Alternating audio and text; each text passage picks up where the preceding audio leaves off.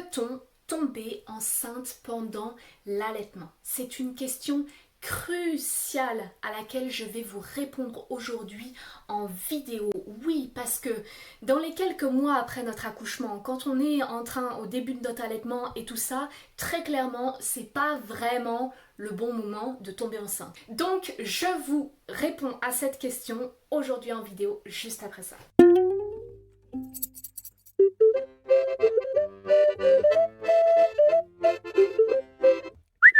Ouais! Bonjour, moi c'est Maëlle du blog Devenir Intuitive. Alors déjà, si vous êtes nouvelle ici, pensez à vous abonner à ma chaîne YouTube. C'est du contenu très régulier sur le féminin, la féminité, le cycle menstruel, la fertilité. Donc tout ça, à mon avis, c'est des sujets qui peuvent vraiment vous intéresser.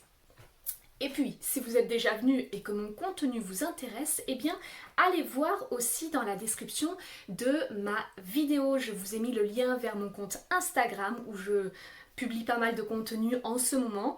Et puis aussi, je vous ai mis le lien, bien sûr, vers mon livre gratuit, Les 5 clés du cycle féminin. Je crois que là encore, ça peut vous intéresser.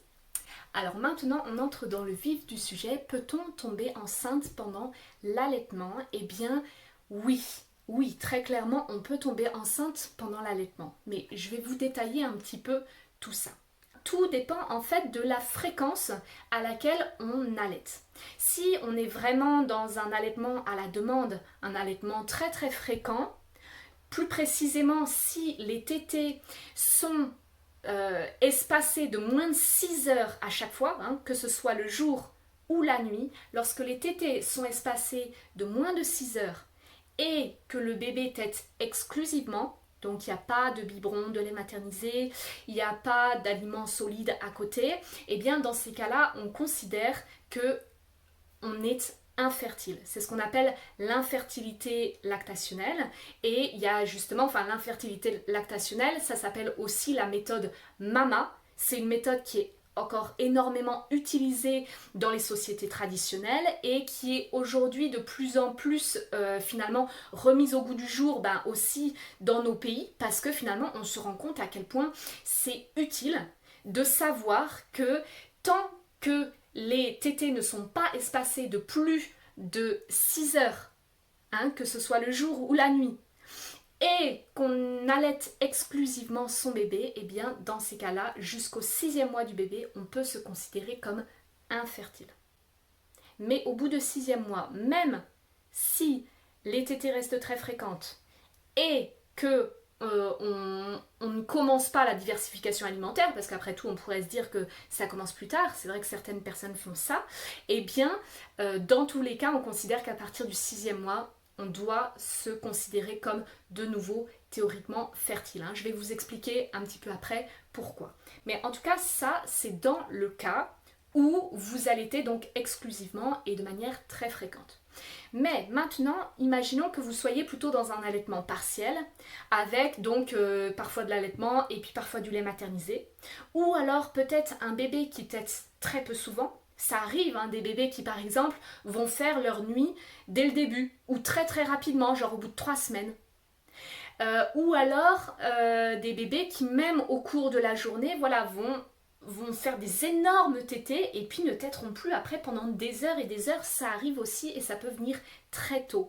Et bien dans ces cas-là, on devient fertile très très rapidement. Il faut considérer que dès le premier mois, et bien finalement après le premier mois, après l'accouchement, et bien on est de nouveau théoriquement fertile. Donc, ça veut dire, soit éventuellement les préservatifs pendant une période donnée, un stérilet, pourquoi pas pour celles qui sont là-dedans, ou alors, dans ce que je transmets moi sur cette chaîne YouTube, ça va être plutôt la méthode symptothermique, donc une méthode de contraception naturelle qui allie l'observation des symptômes de la fertilité, donc notamment l'observation de la glaire cervicale, et la prise de température matinale. Donc avec ces deux aspects, on a un double contrôle qui nous permet d'avoir une méthode très très fiable. Si par exemple on a pratiqué pendant les 6 premiers mois la méthode MAMA, eh bien on sait qu'à la fin des 6 mois on ne peut plus la pratiquer parce que là ça ne devient plus assez fiable, et bien dans ces cas-là par exemple on peut passer à la symptothermie à ce moment-là. Si vous voulez faire la symptothermie en postpartum, et bien là dans l'idéal vaut mieux vous faire accompagner. En tout cas il faut savoir que si vous aviez l'habitude de pratiquer la symptothermie avant, et bien les méthodes d'observation changent un petit peu pendant l'allaitement, donc c'est important de le savoir aussi. Maintenant, qu'est-ce qui se passe concrètement dans le corps? Qu'est-ce qui explique justement que vous redevenez comme ça potentiellement fertile, même si vos règles ne sont pas revenues?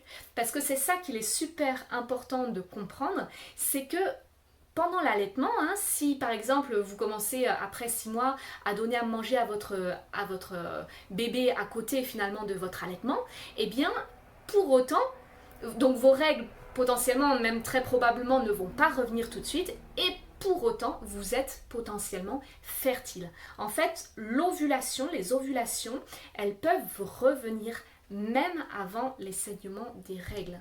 Donc c'est très probable. Alors souvent c'est pas du coup une ovulation à chaque cycle, les cycles sont pas totalement revenus à la normale, mais il peut y avoir comme ça une ovulation un petit peu au milieu de tout, et puis hop, de nouveau cette période d'allaitement, et puis de nouveau une ovulation. C'est clairement pas l'idée que la fertilité elle revient seulement au moment des règles. En fait elle revient souvent bien avant, de manière très ponctuelle, mais bien avant, parce qu'il y a des premières ovulations qui arrivent et qui sont malheureusement invisibles, quoi. Enfin, il y a des signes qui peuvent nous montrer justement une ovulation, ça c'est ce que je vous explique dans d'autres vidéos, mais c'est une autre histoire. J'espère que j'ai répondu à cette question et on se retrouve bientôt pour une autre vidéo.